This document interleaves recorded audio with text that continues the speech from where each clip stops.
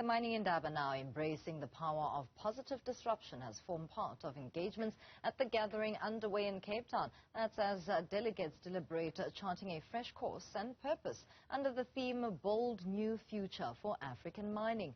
Cliffe Dekker Hofmeyr's Jaco Meyer joins us to ventilate on these deliberations. Thank you so much for your time, Jaco. What does a positive disruption look like? Good morning, Tumisang. Thank you so much for having me. Positive disruption has been a buzzword for quite some time, but the question remains, what does this actually and practically mean? There are, of course, varying definitions of this concept, but to my mind, positive disruption has four key elements. It requires an honest and frank evaluation of where are we now.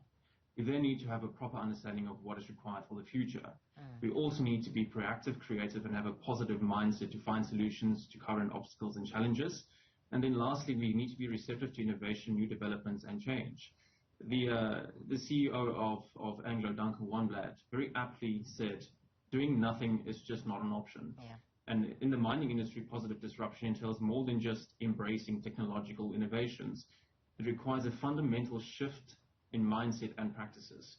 You need to increase operational efficiency and productivity, but you also need to prioritize environmental stewardship, social responsibility, and inclusive growth. Now, this all means adopting sustainable mining practices, investing in renewable energy and water conservation, empowering local communities, and also fostering transparent governance.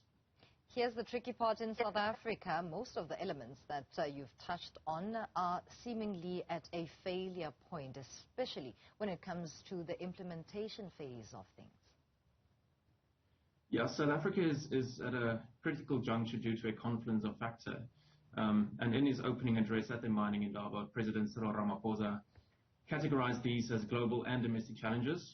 Globally, commodity price volatility, high energy prices, geopolitical tensions, and the global cost of living crisis are all playing a significant role in dampening the business operating environment. Domestically, of course, we have our own energy crisis to deal with.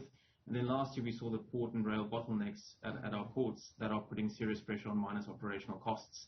We then also have regulatory uncertainty, illegal mining, cable theft, vandalism, lack of investment in infrastructure and maintaining infrastructure that are all just placing further strain on the mining up and returns. The prevailing sentiment in South Africa is that the South African mining sector is teetering on a precipice where meaningful change is critical if we are to avoid going over the proverbial cliff. But in saying that, and on a more positive note, President Cyril Ramaphosa did encourage and emphasize collaboration and partnership between the government and the private sector to take on these challenges moving forward.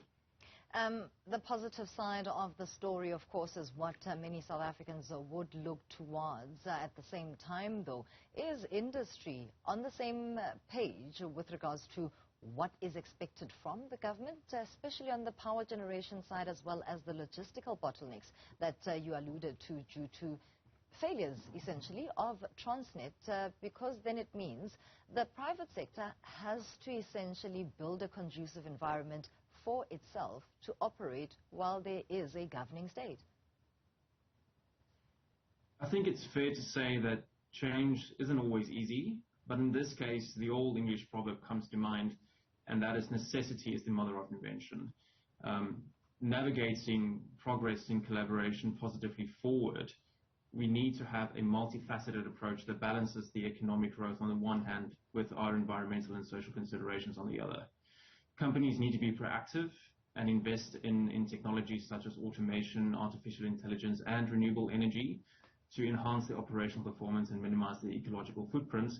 But they also need to foster meaningful partnerships with local community and, as you've noted, with government. It's essential for building trust and mitigating the social risk and maximizing the shared value. But in embracing this holistic approach to progress, the mining industry can create lasting benefits for all stakeholders while also safeguarding the environment for future generations. Briefly, and as a parting shot, what is the mining industry expecting from the State of the Nation address later this evening?